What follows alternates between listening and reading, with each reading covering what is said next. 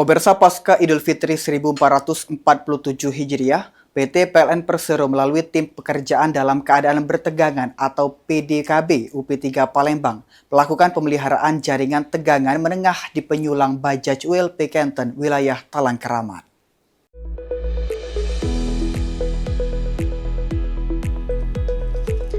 Kegiatan ini dilakukan melalui pemasangan tutup isolator atau cover isolator serta protective sleeve sebagai langkah preventif untuk minimalisir potensi gangguan listrik akibat faktor eksternal seperti sentuhan pohon, kondisi lingkungan, maupun aktivitas hewan.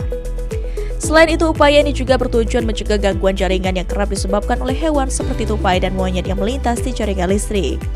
Dengan metode PDKB, seluruh pekerjaan dilakukan tanpa pemadaman listrik, sehingga pelanggan tetap dapat menikmati pasokan listrik secara normal selama proses berlangsung.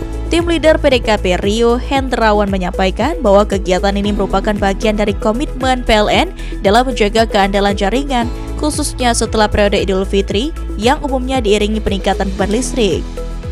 PLN memastikan seluruh personil yang bertugas merupakan tenaga profesional bersertifikasi yang bekerja dengan mengedepankan keselamatan serta standar operasional yang ketat.